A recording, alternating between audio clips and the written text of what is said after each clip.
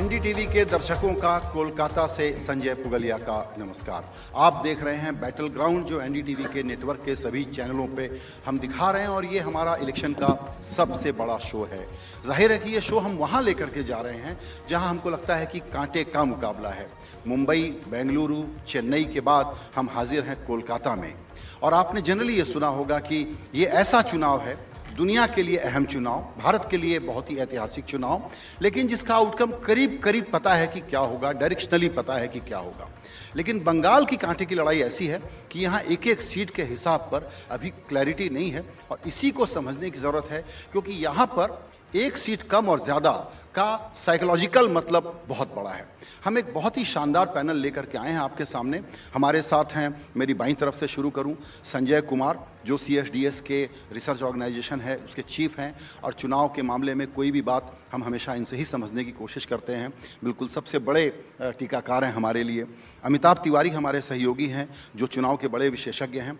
और हमारे वरिष्ठ पत्रकार सहयोगी और पब्लिक अफेयर्स पे कमेंट करने वाले स्वपन दास गुप्ता, निष्ठा गौतम इंडिपेंडेंट जर्नलिस्ट हैं। और हमारे साथ हैं रिजू दत्ता, जो नेशनल स्पोक्स पर्सन हैं TMC के, और प्रियंका टिबड़ेवाल, BJP की प्रवक्ता। आप सभी ने वक्त निकाला, आप लोगों का शुक्रिया। पहला सवाल मैं संजय जी आप ही से लूँगा कि बंगाल में जो अलग है वो क्या फैक्टर है जो TMC के फेवर और BJP के फेवर में गिने जाएं? अगर यूँ कहूँ कि बंगाल का चुनाव दूसरे राज्यों से अलग क्यों है, तो BJP यहाँ, अगर आप 2019 के चुनाव के नज़रिए से देखें तो ये एक ऐसा राज्य है जहाँ रीजनल पार्टी बहुत स्ट्रॉन्ग है, लेकिन BJP बहुत मजबूती से उसका मुकाबला कर रही है। कोई और दूसरा राज्य दिखाई नहीं पड़ता जहाँ एक रीजनल पार्टी बहुत स्ट्रॉन्ग हो और BJP उसका डटकर मुकाबला कर रही है। BJP ने कांग्रेस का डटकर मुकाबला किया अलग अलग राज्यों में, बल्कि कांग्रेस को पछाड़ा है कई राज्यों में, लेकिन रीजनल पार्टी से मुकाबला करने में BJP अभी भी थोड़ी पीछे दिखाई पड़ती है। बंगाल उसमें एक अपवाद है। और बंगाल का बगल का राज्य, पड़ोसी राज्य उड़ीसा, 2019 में भी BJP ने अच्छा प्रदर्शन किया था। अब सवाल है क्या पक्ष में जाता है BJP के और क्या TMC के पक्ष में। मुझे लगता है कांटे की लड़ाई है, जिसका जिक्र आपने किया। और ज़रूर है कि कलकत्ता में बैटल ग्राउंड होना चाहिए था, क्योंकि बैटल ग्राउंड तो चल रहा है। 2 फेजेस के चुनाव हो चुके हैं और अभी 5 फेज़ का बैटल ग्राउंड होना बाकी है। हर सीट पर लड़ाई है, जिसका आप जिक्र कर रहे थे। अगर आप 2019 के लोकसभा चुनाव के नज़रिए से देखें तो दोनों पार्टियों के बीच में सिर्फ 3% का फासला था और सीटों में भी फासला बहुत कम था, 18 और 22। 2% का वोट इधर से उधर हुआ। अगर BJP के वोट 2-3% बढ़े तो तृणमूल कांग्रेस 7-8 सीटें लूज कर सकती है। और अगर इसका उल्टा हुआ, BJP अगर 2-3% लूज करती है तो शायद वो, अगर 4-5% लूज कर जाए तो शायद वो सिंगल डिजिट में जा सकती है। तो कांटे की लड़ाई है, अभी थोड़ा इंतजार करना चाहिए। बिल्कुल। स्वपन दा, हम आपसे ये समझना चाहेंगे कि बाकी जगह जैसे हम हमेशा बात करते हैं कि भारत में कास्ट एक डोमिनेंट फैक्टर होता है, पश्चिम बंगाल में रिलीजन एक बड़ा फैक्टर है कि चुनाव को कैसे लोग नैरेटिव अपना बिल्ड करेंगे। दूसरी बात यह है कि कल्चर की बात हो, अस्मिता की बात हो, बंगाल को हम सब लोग सलाम करते हैं, लेकिन सबसे वायलेंट स्टेट पश्चिम बंगाल है। ये डायकोटॉमी हमको नहीं समझ में आती। हाँ, आप सही बात कहा। Firstly I think journalist love it when कोई कांटे का टक्कर होता है। आप जानते हैं, जब चाय वाला जब बोलते हैं कि भाई यहाँ कांटे का टक्कर चल रहा है, तो हम लोग जर्नलिस्ट बिकम वेरी एक्साइटेड। तो Bengal is one of those areas. तो कास्ट फर्स्ट, पहली बार कास्ट इधर नजर में आया है 2019 में। और 2019 के पहले CPM का जो डोमिनेंट नैरेटिव था कि क्लास और वर्किंग क्लास, स्ट्रगलिंग मैसेज, ये जो उनका जो शब्द प्रयोग करते थे उन्होंने, those were the very important lessons. But I think when this BJP started winning North Bengal and the Jungle Mahals, that is when the issue of community first assumed. ये पहले बार, इसके पहले उतना नजर में नहीं आता था। मथुआ आया, नमसूद्रस, उधर कुर्मीज became a big important factor. कुर्मीज वो underlying factor, लेकिन ये ऊपर से आ गया। So that is the first thing. I would say that in their attempt to break the regional party stranglehold. आपको देखना चाहिए what I said in the morning also, that since 1971, no national party has ever won a majority of seats in the Lok Sabha from West Bengal. So BJP के लिए बड़ा challenge है, तो innovative methods उनका adopt करना पड़ा. अच्छा, violence की बात है. This is a great legacy which the great communists have left behind for Bengal. कोई कहता है कि इसके पहले भी एक there was a tradition, but political violence on this scale was something which the communists not only introduced, but the intellectuals of the communists glorified. And this, I think everyone will, even the Trinamool was a victim of this in the days when it was fighting the CPM. So, aaj, some of those rough and ready methods, unfortunately, have become the new normal in West Bengal.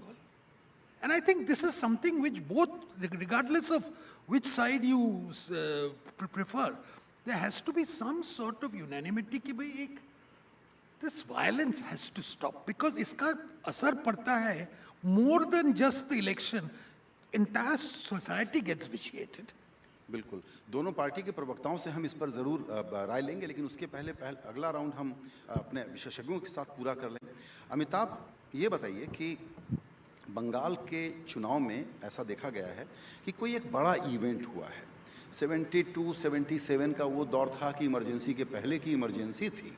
उसके बाद सिंगूर एक moment था जिसमें कि 34 साल की left सरकार चलते बनी, और उसके बाद संदेश खाली मोमेंट की चर्चा होती है. क्या ये भी एक वैसा घटनाक्रम, ऐसा टर्निंग पॉइंट है इस चुनाव में? देखिए, हो सकता है, डिपेंड करता है कि किस तरह से भाजपा इसको उठा पाती है. अगर 2019 का चुनाव हम देखें तो ममता बनर्जी यानी तृणमूल कांग्रेस को महिलाओं में पुरुषों की अपेक्षा ज़्यादा समर्थन मिला था. लगभग 4% लीड उनको बीजेपी के खिलाफ महिलाओं में थी, जबकि पुरुषों में 2% की लीड थी. तो यहाँ पर ये एक मुद्दा इस बार बन सकता है, क्योंकि महिला सपोर्ट टीएमसी का स्ट्रॉन्ग एक तरह से पॉइंट रहा है काफ़ी सालों से. अब इसको देखना पड़ेगा कि बीजेपी इसको कैसे भुना पाती है. कांटे की टक्कर है. कांटे की टक्कर की बात को अगर स्वपन सर की बात को आगे करें, just to set the context, कि भाई 22 सीटें थी 2019 में पिछली बार, जहां 10% से कम मार्जिन की विक्ट्री थी, यानी 1 लाख के आसपास से कम की मार्जिन थी. उसमें 11 सीटों पर भाजपा जीती थी और 11 सीटों पर टीएमसी जीती थी. तो कांटे की टक्कर तो है, और काफ़ी सीट बाय सीट कॉन्टेस्ट ये हो गया है. बिल्कुल. और इस चुनाव का एक और जो फैक्टर है, निष्ठा, मैं आपके पास आना चाहता हूं, और ये कि इंडिया अलायंस बना, ममता उसकी हिस्सा थी. बात हुई कि लेफ्ट कांग्रेस तीनों मिलकर के लड़ेंगे, डायरेक्ट कॉन्टेस्ट बना देंगे, उसका फ़ायदा होगा. फिर ममता बनर्जी ने छोड़ दिया, और अब ये ट्रायंगुलर, मैं तो नहीं समझता हूँ कि ट्रायंगुलर है, बेसिकली डायरेक्ट फाइट ही है सभी जगह. तो ये बहुत लोग कहते हैं कि ये बीजेपी के फ़ायदे में किया, सेटिंग है. I think there is some truth to the rumor. Look at the stage setting here. The two of the representatives, the political representatives, sitting very cozy next to each other. Jokes apart, I think there is a very strong murmur that Mamata Banerjee is playing exactly the role that Mayawati has played in Uttar Pradesh, my home state. Now, when it comes to breaking off the alliances, I don't think that any regional party should be beholden to a dying national party, which is the Congress party. Why should the Trinamool Congress be beholden and sort of dilute their base so that the Congress can have a footprint? The other thing is that when we talk about कि left, right और उसके जो बीच के space की center में थोड़ा सा left है, थोड़ा सा right है, I think we have to understand this en masse sort of movement within parties, and not just in terms of political defection, but also the loyalties of the voters. That needs to be understood कि वो एक बार एक लहर के साथ एक जगह से उठ के दूसरी जगह चले जाते हैं. Why has the BJP done so well in West Bengal? because the parties that were dying, where cadres and followers thought that they had no future, they moved to the BJP 2017 onwards. And when it comes to Mamata Banerjee and BJP being in cahoots with each other, only the time will tell. Right Riju, क्या ये calculated risk था, ममता बनर्जी ने तय किया कि तीसरे बार की incumbency है, इसमें अच्छा हो कि अपोजिशन के वोट बढ़ जाएं, इसलिए अलायंस नहीं करना चाहिए, या ये लगा कि शुरू में ही अलायंस को मुझे सीटें देनी पड़ गई तो अपने नंबर कम कर लूंगी और वो मैं अफोर्ड नहीं कर सकती, आगे असेंबली का चुनाव है? पहले तो I am very thankful to you and NDTV to making me a part of this discussion, the channel that was founded by the legendary Mr. Pranay Roy. Welcome to Calcutta, first of all. Welcome to Bengal. Secondly, NDTV still stands for fair and free journalism, but Trinamool has one representative, whereas BJP has two. But we need... No, there is only one BJP I know. representative. I'm just saying, on my left-hand side, we have the official national spokesperson. On the right-hand side, Shoponda, who I respect like dearly. He was the candidate of BJP in 2021 general elections. I'm not complaining, I'm He just is saying... beyond and above all of Of that. course, I but must I'm just contest saying that. we like odds stacked against us, no issues. डर अच्छा है। Now, I'll just finish. There are a lot of questions that has been raised here. In Bengal, the problem that BJP has, they never understood and they will never understand the diverse, pluralistic, democratic ethos of Bengal. That is the first point. Second point is, आप देखिए संदेश खाली issue. You raised संदेश खाली. आप जरूर बोलिएगा, मेरा सवाल था अलायंस से मैं क्यों अलायंस बाहर के बारे में, मैं संदेश खाली का टच करके मैं अलायंस पे जो बोला. संदेश खाली issue is a big issue that was peddled by none other than the Prime Minister and the Home Minister of this country. एक sting viral हुआ है, where Trinamool is not saying, BJP block president is saying that the BJP's leader of opposition, Shubhendu Adhikari, has paid 2,000 rupees to these women to file fake rape cases dating 7-8 months ago. Can you imagine what kind of a concocted conspiracy this is to defame Bengal? BJP can debate till cows come home that this is morphed or whatever. We are going to take all legal actions against it. But this is what BJP leaders are saying. And all their senior leaders are fumbling. So this Sandesh Khali issue, where they have tried to tarnish TMC, what NDTV did a headline. Headline tha, we are living in fear, says a Sandesh Khali victim. Sara jhoot hai.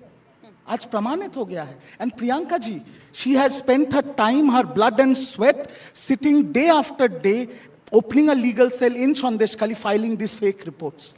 Now this is all going to come out. Now secondly, the alliance thing, I am going to make it very clear here today. Trinamool Congress is an integral part of the India Alliance. We are with India Alliance. Now the second part is, we are with INC. That means Indian National Congress. We are not with ARC, which is Adhir Ranjan Congress. Because Adhir Ranjan Chaudhary is the conduit pipe of BJP in Bengal. He was BJP's ears and eyes, and now he's working as a direct agent of the BJP. And I'm saying this on record. And as a result, when Mamata Banerjee, Rahul Gandhi, Sonia Gandhi, Sitaram Yechuri, they are having meetings in Delhi with a single objective to defeat the BJP, Adhir Ranjan Chaudhary here in Bengal is abusing Mamata Banerjee and Trinamool Congress. That cannot happen. And that is why we have said that India Alliance in Bengal is Trinamool Congress. Because we are taking BJP head on. We are defeating BJP. And before you go to my dear friend Priyanka, I will say this on record. Whatever seats BJP is going to get in 2024 general elections, Trinamool Congress will get at least double of that. I'm saying this on record. You can save it for 4th of June. बिल्कुल. प्रियंका, इन्होंने संदेश खाली का मुद्दा उठाया और किसी sting का जिक्र कर रहे हैं. क्या आप इस पर अपना रिएक्शन देना चाहेंगी? इनका कहना है कि ये मुद्दा बोगस था और आज कि उस ब्लफ को कॉल कर लिया गया है. देखिए, ऐसा है, विनाश काले विपरीत बुद्धि, यही होता है. इसीलिए आपने देखा कि ममता बनर्जी ने पूरी तरह से इसको झुटलाया, कहा कि विक्टिम्स जो महिलाएं हैं झूठ बोल रही हैं. तो पहले इन्होंने झुटलाया, उसके बाद कहा कि उनको पैसे दे के बुलवाया गया. आज भी ये कह रहे हैं कि हमने वीडियो वायरल कर दिया। अब वीडियो वायरल करने के लिए भी इन्होंने कितना खर्चा किया उसका मुझे कोई आइडिया नहीं। देखिए, ये बात सिर्फ कहने पर नहीं टिकेगी, क्योंकि इस पे पूरी भूमिका जो है वो कोर्ट की आई है। कोर्ट ने सीबीआई को इसकी जांच सौंपी और अभी 2 तारीख को जब कोर्ट की हियरिंग थी तो सीबीआई की जो रिपोर्ट फाइल हुई उसके हिसाब से कोर्ट ने कहा कि जो एफिडेविट्स मैंने फाइल किए थे उसमें और इस रिपोर्ट में मेल है, यानी कि जमीनी स्तर पर जो वहां पर हुआ उस आतंक की जो चर्चा मैंने अपने एफिडेविट पे की थी वो ये रिपोर्ट जो है बयां करती है कि सच में वहां इस तरह की घटनाएं घटी है। तो कम से कम 750 एफिडेविट मैंने दिए थे और ये कहना चाहते हैं कि 750 लोग झूठ कह रहे हैं, बस टीएमसी ही सही कह रही है। देखिए, ममता बनर्जी's facet of Nari Shakti stands exposed today because every time she used to trumpet about the same, but it stands exposed today because she was the one who said that the victims are lying. और ये कोई नई बात नहीं है। देखिए, बंगाल में एकदम स्ट्रैटेजी उनकी क्लियर है कि जो सेंसेक्स जाना है, जो यहाँ पे क्राइम रेशियो दिखाता है, कुछ ये रिपोर्ट्स भेजते नहीं तो इसलिए ये बताते हैं कि बंगाल में क्राइम नहीं होते, और ममता बनर्जी उसको और सिंप्लीफाइड कर देती है। जब माइनर्स के साथ बलात्कार होता है तो वो कहती है ये सजाई हुई घटना है, वो कहती है कि ये तो लव अफेयर है, ये तो प्रेम है इसलिए प्रेग्नेंट हो गए। तो एक महिला मुख्यमंत्री की जब इस तरह की सोच हो तो मैं ये कहना चाहूंगी कि सरकारें आएंगी या जाएंगी, इस सोच को खत्म करना चाहिए, और वही काम जो है जमीनी स्तर पर हो रहा है और आगे होगा बंगाल में। Riju wants to Just a react. small interjection. Whatever she has said on behalf of her party. 2 corrections. One, Trinamool कुछ नहीं कह रहा है। बीजेपी के उनके गंगाधर कोयल जो उनके ब्लॉक 2 के प्रेसिडेंट है, उनके पदाधिकार हैं। ब्लॉक 1 के शांति दोलुई जो उनके प्रेसिडेंट है, उन्होंने स्टिंग में खुद को एक्सपोज किया है। तृणमूल कांग्रेस कुछ नहीं बोल रही है, उनके लीडर्स बोल रहे हैं कि उनके नेता शुभेंदु अधिकारी ने पैसे दिए थे। And the biggest thing in that sting is that the BJP candidate from Basirhat, Rekha Patra, who is talking to the prime minister, the local BJP president is saying she has filed this rape case in return of 2,000 rupees sent by Shubhendu Adhikari, who is the BJP's candidate there. एक झूठ को 100 बार भी चिल्ला के बोलने से वो सच नहीं बनेगा। अगर इस बात में जरा भी सच्चाई है, मैं आपको बताती हूँ, क्या टीवी पर आप वीडियो दिखा रहे हैं, आप क्यों नहीं कोर्ट जाते? एक सेकंड, आप क्यों नहीं सीबीआई की जांच को चैलेंज करते? एक मिनट। आपकी जानकारी के लिए, दर्शकों की जानकारी के लिए, आज जो घटना हुई है उसकी हमने रिपोर्टिंग की है, हमने कोई वीडियो नहीं दिखाया है। ये हम अपने चैनल के बारे में, नेटवर्क के बारे में आपको बताना चाहते हैं। दूसरी बात, इन्होंने बड़े स्पेसिफिक नाम लेके स्पेसिफिक आरोप लगाए हैं। मैं सोचता हूँ प्रियंका जी आप तो उस पर रिएक्ट करना चाहेंगे। On specific allegation he has named certain individuals allegedly belonging to BJP.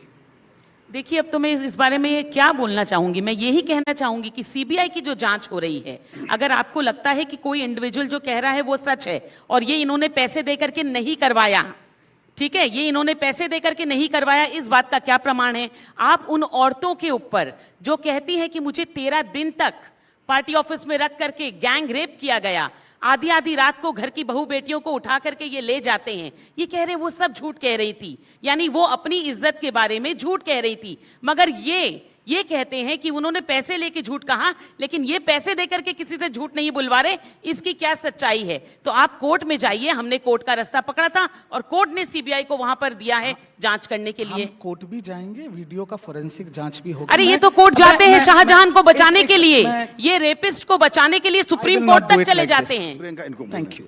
हाँ रिजू बोलिए आप। मैं उनको और एक नाम बताता हूं, जीबन सिंह रानी, जीबन सिंह रानी, बानी सिंह रानी। She is a lady who, when the central SC/ST team came to investigate in Sandeshkhali, she was one of the complainants who said that I was beaten and raped or gang raped per se. Today in this sting, again I am naming, वो औरत उस sting में बोल रही है कि मेरे को कुछ पता नहीं वहां पर क्या लिखा था, मेरे को एक पर्चा दिया, मेरे को बोला साइन करने के लिए, मैंने साइन करके दे दिया। रिजू मेरा आपसे एक बेसिक सवाल है, संदेश खाली की घटना अपने अपने हिसाब से कोई भी एग्जेजरेट कर सकता है, अंडर प्ले कर सकता है, ठीक है, बुनियादी तौर पर वहां कुछ गड़बड़ हुई, कोई ज्यादती हुई, कोई शोषण हुआ, कोई लैंड ग्रैब हुआ या नहीं हुआ? संदेश खाली में गलती हुआ, जाति हुआ, बट संदेश खाली इज अ लैंड इशू, जहां पर कुछ लोग तृणमूल के तृणमूल के सिंबल के पीछे तृणमूल का नाम लेके लोगों का जमीन छीना था गैर कानूनी तरीके से। संदेशखाली में ये जो बीजेपी औरतों के शरीर के ऊपर खड़े होकर ये लोग जो राजनीति करते हैं, ये गंदगी कभी नहीं हुआ और वो आज एक्सपोज हुआ है। हाँ, जमीनी तौर पे लोगों का जमीन छीना गया था, इसलिए शाहजहां को वेस्ट बंगाल पुलिस अरेस्ट करने के बाद हमने उसको पार्टी से निकाल दिया। उसके दो जो और थे, Shibu Hazra and the other person, they were also Trinamool Congress portfolio holders. We have thrown them out of the party. पर आज भी प्रज्वल रवन्ना, ब्रिजभूषण शरण सिंह मोदी के परिवार के बहुत उज्जवल सब सितारे हैं। जी संजय जी, आपने ज़ाहिर देख लिया कि कोई भी पार्टियां हों जो चुनाव लड़ती हैं वो एजिटेट होती हैं, अपने मुद्दे को अपने हिसाब से फ्रेम करती हैं, लेकिन ओवरऑल चुनाव में पूरे राज्य के वोटर के लिए क्या ये एक डिसाइडिंग फैक्टर वाला इशू है, one of the talking point है, नॉइज है, या एक्चुअली बड़ा इशू है? सब कुछ मिला जुला है। आपने कहा नॉइज़ है, टॉकिंग पॉइंट है, तो टॉकिंग पॉइंट है, इसी के लिए नॉइज़ है। एक ओवरआर्चिंग नैरेटिव बनाने की कोशिश कर रही है बीजेपी, लेकिन मुझे लगता नहीं है कि ये एक बड़ा नैरेटिव पूरे राज्य भर में बनता हुआ दिख रहा है। मुझे लग रहा है कि अगर आप वोटरों को क्लास के हिसाब से बांट के देखने की कोशिश करेंगे तो गरीबों में देखें तो इसका बहुत कुछ आपको असर दिखाई नहीं पड़ेगा। और तृणमूल कांग्रेस की जो पैठ है, जो उनका जो जनाधार है, वो जितना आप क्लास के हिसाब से नीचे जाएंगे उसमें ज़बरदस्त पैठ है। विधानसभा चुनाव में भी मैंने देखा था, जब मैं अलग अलग जगहों पे घूम रहा था, और उस वक्त भी मुझे ऐसा लगता था कि, और मैं बराबर ऑन रिकॉर्ड कहते रहा कि तृणमूल कांग्रेस चुनाव जीत रही है, क्योंकि जब मैं इंटीरियर्स में जाता था तो देखता था कि तृणमूल कांग्रेस का जो जनाधार है वो lower sections of the society, मतलब क्लास के हिसाब से बहुत मजबूत है। तो ये जो नैरेटिव है, क्यों इसकी गूंज सुनाई पड़ती है? क्योंकि ये नैरेटिव अर्बन है, अपर क्लास, अपर कास्ट, और तो इसीलिए इसकी गूंज ज़्यादा सुनाई पड़ती है। मैं ये नहीं कह रहा हूँ कि हकीकत है या नहीं है, मैं उस डिबेट में नहीं पढ़ रहा, लेकिन इसकी गूंज ज़्यादा सुनाई पड़ती है, इसका इको ज़्यादा है, लेकिन इसका जो वोट से बहुत ज़्यादा सीधा सीधा संबंध मुझे दिखाई नहीं पड़ता। बिल्कुल, चूंकि आप ओपिनियन पोल कराते हैं जिसमें पूछते हैं लोगों से कि आपके मन में कौन सा मुद्दा महत्वपूर्ण है, तो बंगाल में कौन से मुद्दे उभर के आए हैं ऊपर?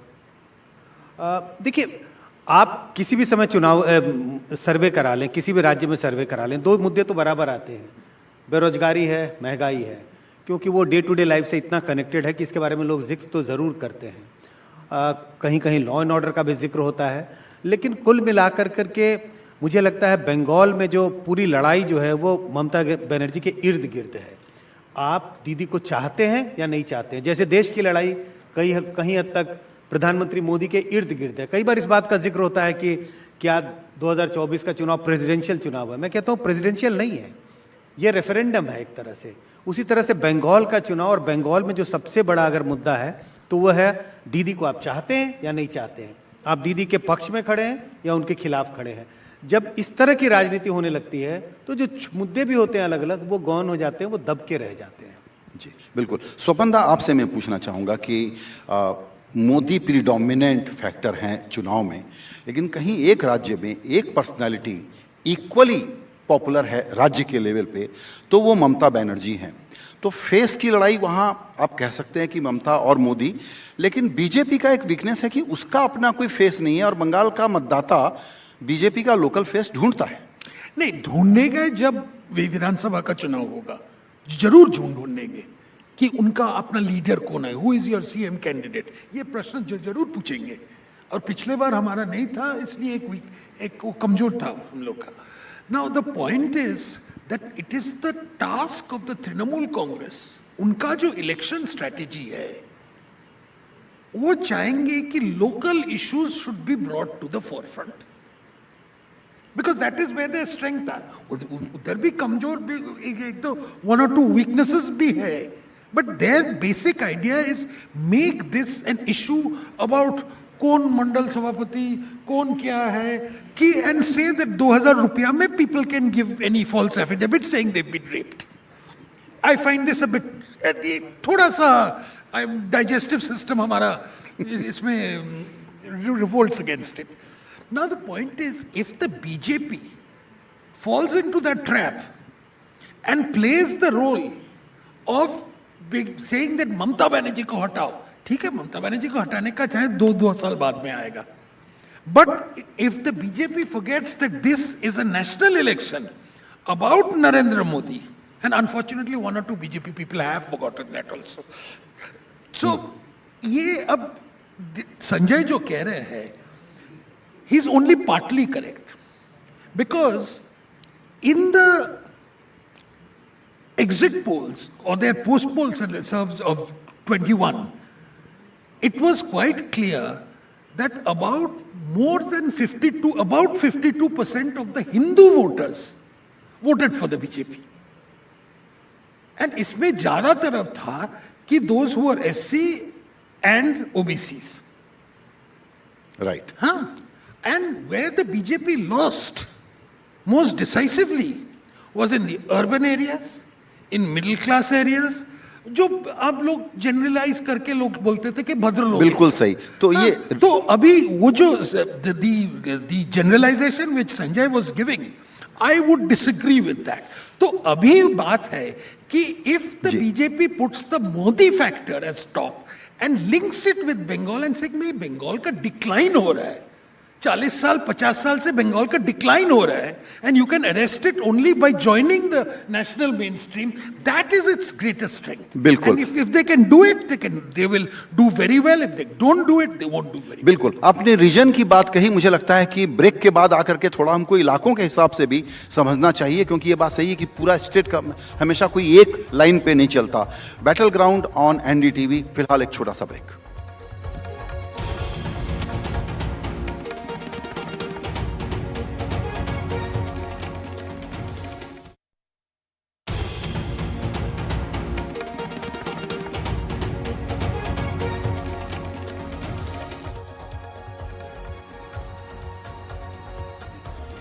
एनडीटीवी के दर्शकों का एक बार फिर स्वागत है। हम कोलकाता में हैं, अपना शो बैटल ग्राउंड लेकर के। पश्चिम बंगाल की राजनीति पर चर्चा हो रही है और आपने अभी कई नई बातें सुनी जिसको थोड़ा समझने की ज़रूरत है। जिसमें से एक बात यह है प्रियंका, वो ये कि बीजेपी की इनफाइटिंग लोकल यूनिट में एक प्रॉब्लम तो है। देखिए, लोकसभा का चुनाव है और मुद्दे यहाँ ये नहीं कि किसकी इनफाइटिंग किसके साथ है। मुद्दे यहाँ ये हैं कि सरकार को ये बताना चाहिए कि पश्चिम बंगाल की सरकार ने डेवलपमेंट के लिए आज 13 साल में क्या काम किया है, तो वो उनके पास है नहीं। इसलिए ये संदेश खाली का डैमेज कंट्रोल करने के लिए कभी कुछ लेके आ रहे हैं, कभी कुछ। आप कहते हैं बीजेपी ने संदेश खाली को मुद्दा बना दिया। संदेश खाली तो मुद्दा था ही। आप ये बताइए ना, इंस्टेड ऑफ टॉकिंग अबाउट संदेश खाली, you should speak about what you have done in the 13 years. लेकिन 13 सालों में क्या किया है?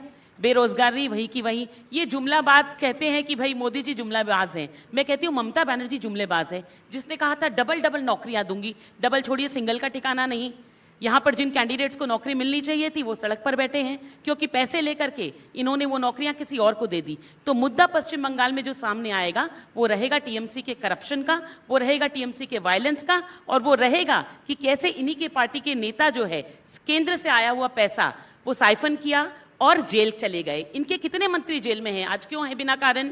कोयले का पैसा ये कमाते हैं, गाय चोरी की स्मगलिंग ये करते हैं। इन सब चीजों का जवाब नहीं। और मैं कहती हूँ 13 साल में ममता बनर्जी ने क्या किया वो आप रिजू से पूछिए। नहीं है तो मैं बता देती हूँ। डेवलपमेंट के नाम पे नेशनल एंथम की जगह खाली स्टेट एंथम बनाया है। ये किया है ममता बनर्जी ने 13 सालों में। बाकी डेवलपमेंट का काम ये बता देंगे। रिजू, इनका जो लॉन्ग लिस्ट ऑफ चार्जेस हैं परफॉर्मेंस को लेकर के, सच बात तो ये है जो हम दूर से बैठ के देखते हैं कि कोलकाता हिंदुस्तान का कमर्शियल कैपिटल था। लंबा रास्ता चला टीएमसी का। छोड़िए लेफ्ट ने क्या किया, टीएमसी ने इस राज्य को एक मॉडर्न राज्य बनाने के लिए क्या किया। वायलेंस के कौन से दौर में हम फंसे हुए हैं और टीएमसी ने क्या किया है उसमें?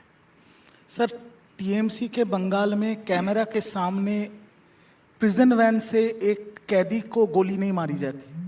यहाँ पर उन्नाव हतरास नहीं होते।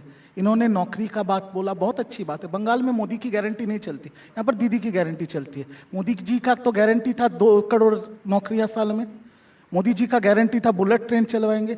मोदी जी का गारंटी था जो हमारे अन्नदाता हैं उनकी आय दुगनी करेंगे। 700 शहीद हो गए सिंगू बॉर्डर में बैठे बैठे। मोदी जी का गारंटी था 100 स्मार्ट सिटी बनाएंगे, बना है। मोदी जी का गारंटी था, रुक जाइए लिस्ट लंबा है, थोड़ा सुन लीजिए सर।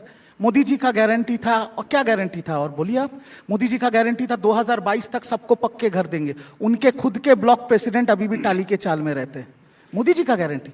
और दीदी का गारंटी, आपने पूछा वोट यहाँ अब किस पे होगा, बंगाल में वोट होता है लोग भांडार पे, बंगाल पे वोट होता है 59 lakh people. MNREGA is an act which can be described and defined much better than me by Shoponda. Manrega is an act of the parliament where you are bound to pay 15 lakh workers. गरीब मजदूरों का पैसा रोक के रखा है BJP. The state government is paying that money. That is a factor for the polls in Bengal. Lakshmi का भंडार, आप किसी भी गांव के किसी भी कहीं पे भी घर पे चले जाइए, अगर आपके घर में आपकी माता है, सीनियर सिटीजन है, तो लक्ष्मी भंडार का महीने का 1000 रुपया, सीनियर सिटीजनशिप पेंशन जो हम लोग वार्धक्य भाता बोलते हैं 1000 रुपया. Other all women get 1000 rupees per person. So every small household in today's Bengal, because of the socio-economic initiatives of Mamata Banerjee, gets somewhere between 5 to 8,000 per month. Do you think they will vote for Narendra Modi, even though his name is on the TMC के ticket? किसी भी बड़े नेता के घर चले जाइए, लक्ष्मी भंडार वहीं दिखेगा. निष्ठा I wants just, to make a point. yes, I just want to share कि मैंने ये 2 दिन में यहाँ पे मैं सड़कों पे और क्लब्स में और 5 स्टार होटल्स में और जो आज़ाद हिंद ढाबाज है वहाँ पे जो जाके मैंने पैर तोड़ाई करी है, like a good observer. Something very strange has happened in the past decade. Modi ji और ममता जी एक दूसरे के बिल्कुल डॉपलगैंगर के तरह बन के इमर्ज हुए हैं. जो सिचुएशन यहाँ पर वेस्ट बंगाल में है, जो प्रियंका बोल रही हैं कि ममता ने किया है, या रिजू बोल रहे हैं दैट मोदी की गारंटी नहीं है, ममता की गारंटी है, it is exactly the same मुद्दास, right? This growth which is happening, it is without jobs. Doles are being given out. Socio economic अगर हम वेलफेयरिज्म की बात करते हैं तो ये दोनों ही लीडर्स उसको बहुत अच्छी तरह से वेपनाइज करते हैं for electoral gains, right? The interesting thing here is where does the voter go, the average voter go. They keep saying कि we hate Mamata Banerjee, we do not want her, but what is the alternative? We don't even want Modi ji to have a stronger footprint. It is very very strange. और ये बंगाल में हो रहा है क्योंकि ये बड़े एक व्यू कमाल हो की बात सकता है. है, लेकिन हम जो अगर डेटा देखें, बीजेपी का लंबा एक संघर्ष रहा है कि यहाँ पर वो वोट शेयर कैसे गेन करे. और स्वपन जो जिक्र कर रहे थे कि नेशनल पार्टी की एक प्रकार से वापसी कांग्रेस के जगह को खाली कर देने के बाद, लेफ्ट के कोलैप्स के बाद, तो बीजेपी का राइज तो गिवन है बंगाल में. जहां तक मौजूदगी का सवाल है, यहां पर मैं अमिताभ आपसे थोड़ा कलर लेना चाहूंगा कि बीजेपी ने अपने पैर कैसे पसारे हैं.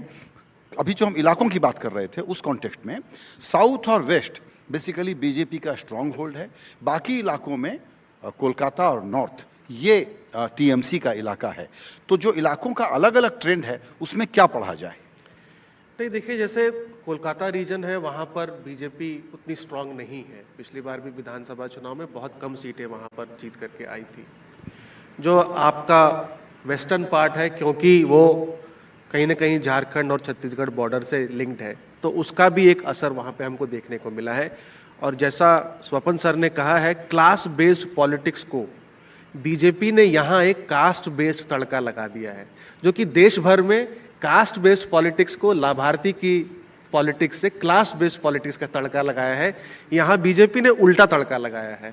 यहाँ पर कास्ट की बात होती ही नहीं थी. जो 10 साल पहले कौन ओबीसी वोटर है, कौन एससी वोटर है, एसटी वोटर है, इसकी चर्चा होती ही नहीं थी. उन्होंने ये कर दिया है. और 2019 में कैंडिडेट्स बीजेपी के पास उतने थे नहीं स्ट्रांग, लेकिन एक पुलवामा का भी फैक्टर था और एक मोदी फैक्टर था. और एंटी ममता वोट जो था वो कहीं ना कहीं लेफ्ट और कांग्रेस पार्टी से छिटक करके भाजपा के पक्ष में आ गया. लगभग 27% दोनों दलों का वोट. अब यहाँ पे अगर आप देखेंगे तो ममता बनर्जी आज भी, कितने भी सर्वेज आप देख लें, टॉप 5 पीएम कैंडिडेट्स में उनका नाम आता है. अगर आप लोगों से पूछेंगे कि ऑपोजिशन को लीड कौन करेगा, उसमें भी राहुल गांधी के बाद ममता बनर्जी का नंबर आता है. तो एक जो नेचुरल एडवांटेज बीजेपी को लीडरशिप फैक्टर की पूरे देश भर में मिलती है राहुल गांधी के खिलाफ, क्योंकि वो एज ज्यादा है, यहाँ पे वो गैप उतना ज्यादा नहीं है, जिसकी वजह से क्या होता है कि न्यूट्रलाइज हो जाता है ये एलिमेंट कहीं ना कहीं. और प्रेसिडेंशियल जो भी इनकम्बेंट गवर्नमेंट है वो प्रेसिडेंशियल स्टाइल चुनाव ही लड़ना चाहती है। जैसे ही लोकल हो जाएगा चुनाव वैसे वैसे बीजेपी के चांसेस जो हैं यहाँ पर कम होते जाएंगे। लेकिन प्रेसिडेंशियल जब करते हैं कॉन्टेस्ट तो डाइकोटॉमी है, डिलेमा है कि सामने भी मजबूत लीडर है, तो मोदी वर्सेस ममता हो जाती है और कहीं ना कहीं ये प्रो मोदी और एंटी मोदी लड़ाई है, ये प्रो ममता या एंटी ममता लड़ाई नहीं है। तो फिर इसमें ये पता लगाना बड़ा ज़रूरी है संजय जी कि हम लोग तो देखिए अपने कुछ तात्कालिक घटनाएं हो गई उसके ऊपर कमेंट्री करते रहते हैं, लेकिन वोटर के मन में कुछ निर्णायक फैक्टर होते हैं जिस पर वो वोट डालते हैं, और आपकी स्टडीज़ इसमें हमको बहुत ज़्यादा इंसाइट देती हैं।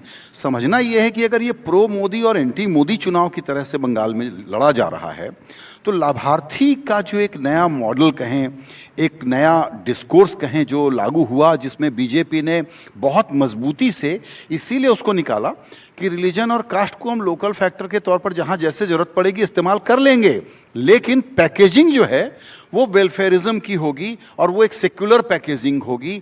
शायद वो हमको बेनिफिट पहुंचाएगा क्योंकि हमको वोट लाने के लिए पन्ना प्रमुख वगैरह वगैरह कन्वर्जन के मामले में बड़ी मेहनत करते हैं। ये फैक्टर क्या इनको एडवांटेज देगा? वोटर इसको कैसे देखता होगा बंगाल में? देखिए, मुझे लगता है 2019 से और आज तक अभी चुनाव बीच में है, चुनाव के बाद जब नतीजे आएंगे तो इसका विश्लेषण कायदे से किया जा सकता है।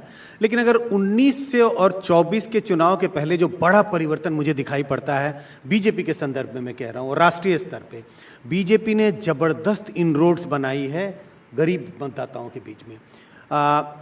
19 तक ऐसा देखने को मिलता था, बीजेपी को जो वोट मिलते थे उसमें डिस्प्रोपोर्शनेटली गरीब का वोट कम होता था कंपेयर टू जो उच्च मध्यम वर्ग के वोटर होते थे। वो अंतर जो है, वो खाई जो है बहुत कम हो गई है। अब हो सकता है इसका असर बंगाल में भी देखने को मिले, जब राष्ट्रीय स्तर पे हो रहा है तो अलग अलग राज्यों में भी हो रहा होगा और बंगाल में भी हो रहा है।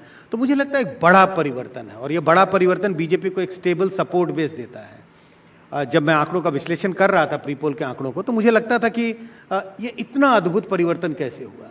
कई तरह से आंकड़ों को देखने की कोशिश की और देखा कि नहीं, परिवर्तन है और उसके पीछे ये जो लाभार्थी शब्द, जो जितनी वेलफेयर स्कीम्स हैं, उसका बड़ा योगदान है। और उसी वजह से, क्योंकि इंडिया में कास्ट और क्लास की ओवरलैपिंग कैटेगरीज है, अगर आप गरीबों के बीच में पैठ बनाते हैं इसका मतलब है कि आप दलितों के बीच में पैठ बनाएंगे, इसका मतलब है कि आप आदिवासियों के बीच में पैठ बनाएंगे।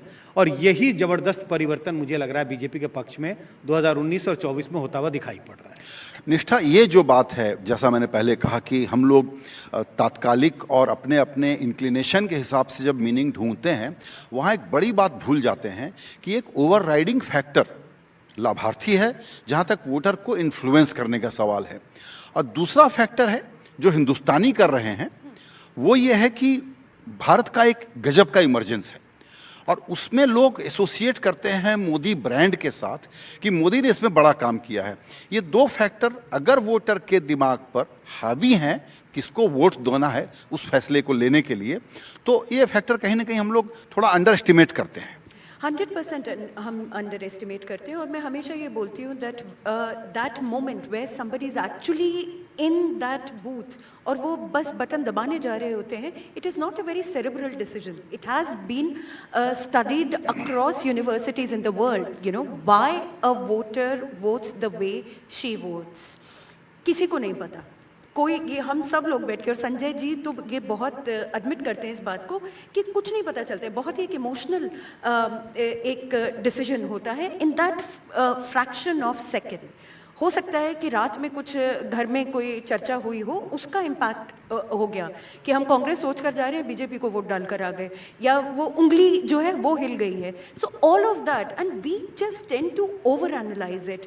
But what happens is that when we position ourselves as voters, where do we exist? क्या हम लाभार्थी हैं या हमारे लिए जो बड़े मैटर्स हैं, जो एक जियो पोलिटिकल नैरेटिव है about India's emergence, about India's rise as a global power and a very important force to reckon with regionally in in the context of Asia, तो वो हम पे ज़्यादा हावी रहेगा या एक कि जो डेवलपमेंट वाले जो हमारे हिट्स एंड मिसेज हैं वो ज़्यादा रहेंगे? Nobody can predict that.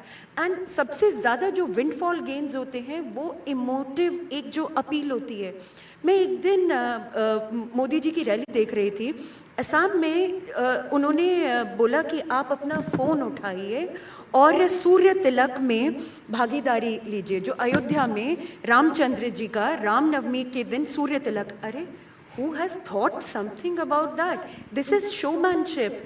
और एक ऐसा स्टेट जहाँ पे कुछ बीजेपी की कुछ साल पहले कोई नाम नहीं जानता था, just like West Bengal, people are वो मोदी जी की माला जप रहे हैं आज।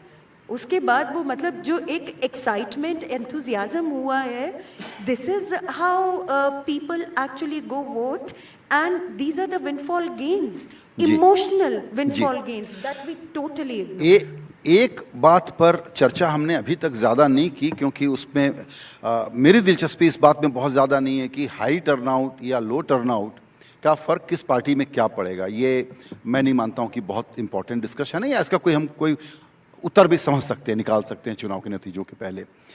लेकिन तो भी लो टर्नआउट एक चिंता की बात है। एक इंटरप्रिटेशन ये हो सकता है कि 2019 आउटलायर था जी, बाकी ये नॉर्मल चुनाव है।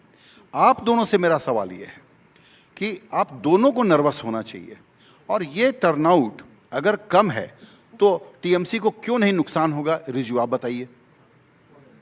देखिए, टर्नआउट में पहले 2 फेज में मैक्सिमम 3% का फर्क था, नॉट मोर देन दैट। और दूसरी बात देखिए, इससे टीएमसी को फर्क नहीं पड़ेगी, क्योंकि लोग टीएमसी के तरफ वोट कर रहे हैं। क्यों, मैं उस पर आता हूं दूसरा एक पॉइंट पे। बट बीजेपी को भी फर्क नहीं पड़ेगा, क्योंकि इलेक्शन कमीशन है जो 11 दिन बाद 3% ऐड कर देगा, तो उसमें फर्क नहीं पड़ने वाला। But let me come to something that Nishtha ji was saying and Sanjay ji was saying कि बीजेपी का एक बहुत बड़ा प्रभाव होगा, ये होगा, वो होगा। एक चीज जो मैं देख रहा हूं, मैं छात्र राजनीति से अपना जिंदगी शुरू किया हूं, और छात्र राजनीति से राष्ट्रीय प्रवक्ता तक आने के लिए मेरे 16 साल लग गए, तो मैं जमीनी राजनीति जानता हूं। When the Prabhu Ram Mandir was inaugurated, everybody thought the Hindu wave will sweep the nation. If that would have been the case, आपको केजरीवाल को क्यों अरेस्ट करना पड़ा? आप बंगाल में आके क्यों बोल रहे हैं कि सावन में जो मछली खाता है वो हिंदू विरोधी है? प्रधानमंत्री बोल रहा है ये बात देश का। आपको क्यों बोलना पड़ रहा है वोट जिहाद हो रहा है? कौन बोल रहा है? कोई प्रवक्ता नहीं, देश के प्रधानमंत्री। नहीं, कांग्रेस का कैंडिडेट ने बोला, उसको लेके बोला प्रधानमंत्री। सही बात बताइए। वोट जिहाद term was used by a Congress candidate in Farrukhabad. Yes, which was addressed by the Prime Minister. He addressed it. Yes, the Prime Minister is saying आपका नहीं, कोई भी पॉलिटिकल नहीं इसमें रिजू एक सेकंड। अब मैं मुद्दे पे आता हूं। बात यह है ना कि the Hindu community, which is BJP's hope, resort, whatever, the majority, they have understood one thing, which I am seeing in Bengal. I can only speak for Bengal.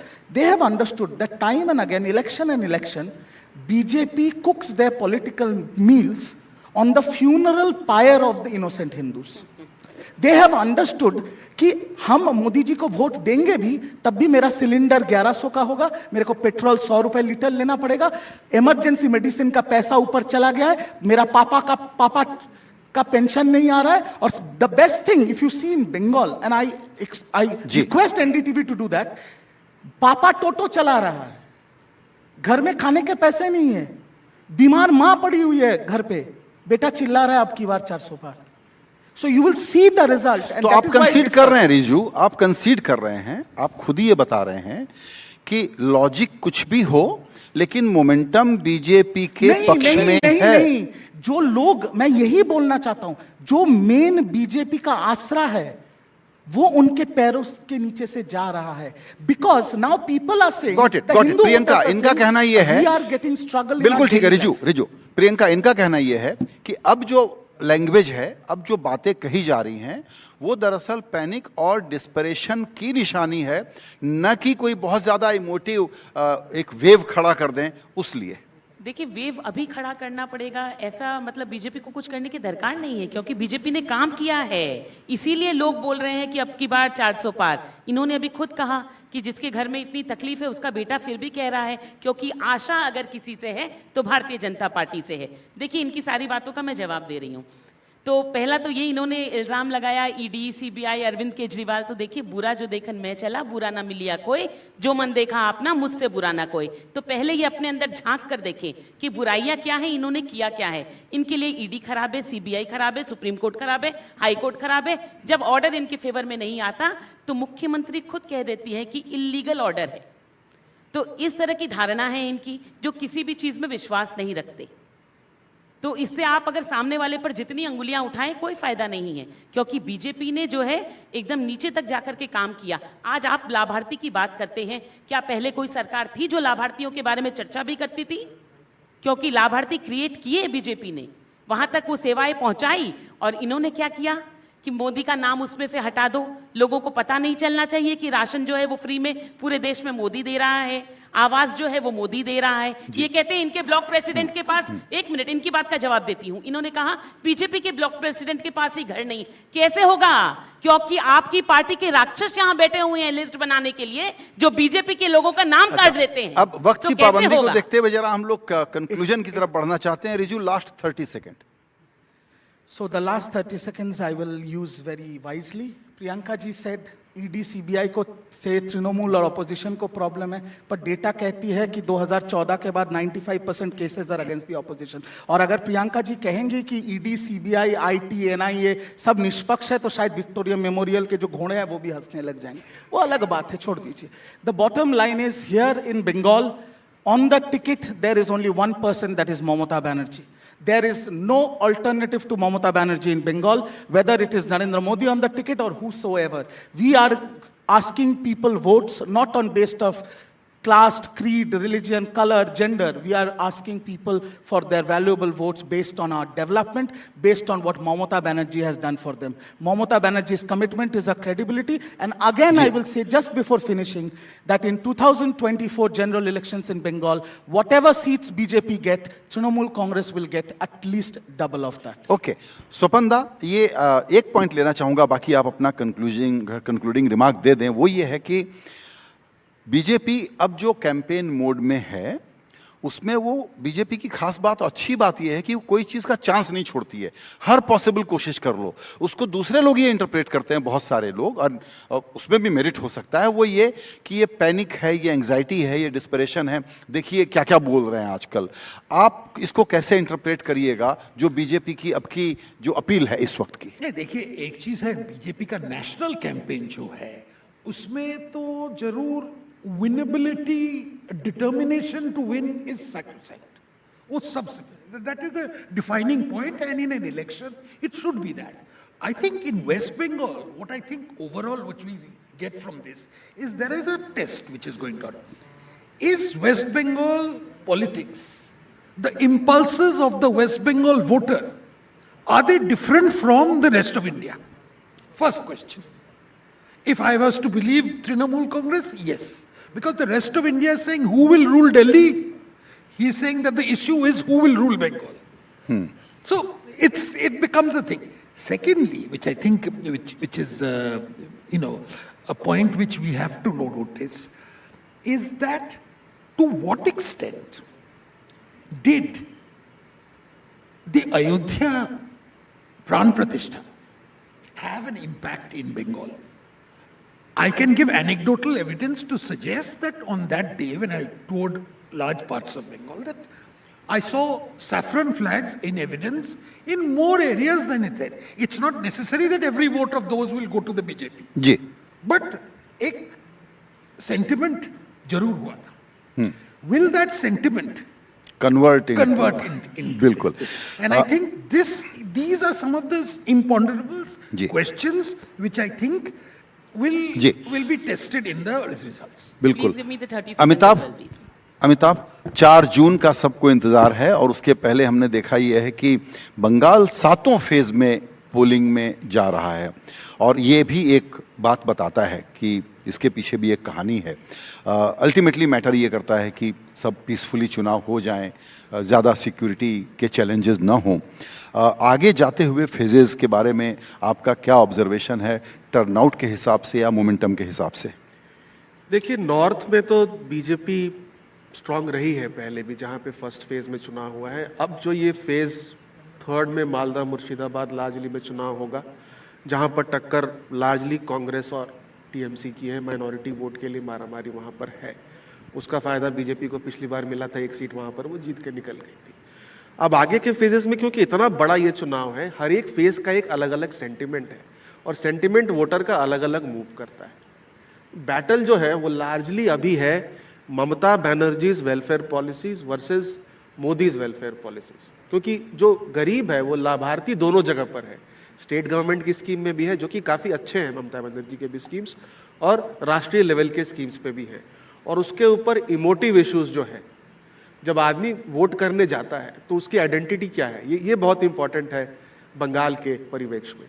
क्या वो as a Hindu Muslim vote करता है, क्या वो as a OBC SC ST bhadralok vote कर रहा है, या वो poor middle economic class vote कर रहा है? कौन सा आइडेंटिटी उसके ऊपर भावी है जब वो वोट डालने जाता है, वो डिसाइड करेगा बंगाल। बिल्कुल। संजय जी, आपका फाइनल रिमार्क कि अब यहाँ से चुनाव पर नज़र रखनी हो, टी लीव्स पढ़ना हो, तो हम लोग क्या गाइडेंस दें अपने दर्शकों को कि इस पर नज़र रखिए? दर्शकों को क्या गाइडेंस दे सके ये तो नहीं पता, लेकिन मुझे लगता है कि टर्नआउट की चर्चा हो रही थी। बंगाल में फर्स्ट फेज़ में टर्नआउट उतना ही रहा लगभग जितना कि 2019 में हुआ, और अगर सेकेंड फेज़ की भी बात करें तो टर्नआउट में बहुत मामूली गिरावट है। दूसरे राज्यों से तुलना करें तो बंगाल में टर्नआउट आपको बहुत कम गिरा हुआ दिखाई पड़ेगा। कई तरह के उसके इंटरप्रिटेशंस हुए। मुझे लगता है टर्नआउट नेचर ऑफ कंटेस्ट का सूचक है। अगर नेचर ऑफ कंटेस्ट बहुत कीन है तब टर्नआउट गिरने की संभावना कम दिखाई पड़ती है, और बंगाल उसी ओर इशारा कर रहा है। बंगाल में टर्नआउट कम नहीं हुआ है, बंगाल में कीन कंटेस्ट है। आने वाले 5 चरण में भी कीन कंटेस्ट होने वाला है। जैसे अमिताभ कह रहे थे, पहले 2 चरण में जो कंस्टिट्यूंसी गई बीजेपी के स्ट्रांग होल्ड्स थी। अब तीसरे चरण में जो है वो मुस्लिम वोट के लिए मारामारी है, जो शब्द उन्होंने इस्तेमाल किया वही बोरो कर रहा हूँ, और उस मारामारी में बीजेपी थोड़ी सी किनारे हो जाएगी और थोड़ा कांग्रेस और तृणमूल होगा। लेकिन आने वाले जो फेजेस होंगे उसमें थोड़ी सी तृणमूल की बढ़त होती भी दिखाई पड़ती है। बिल्कुल, अब वक्त की कमी है, इसलिए और रिमार्क्स मैं नहीं इंक्लूड कर पाऊंगा। मुझे बिल्कुल माफ़ करिएगा।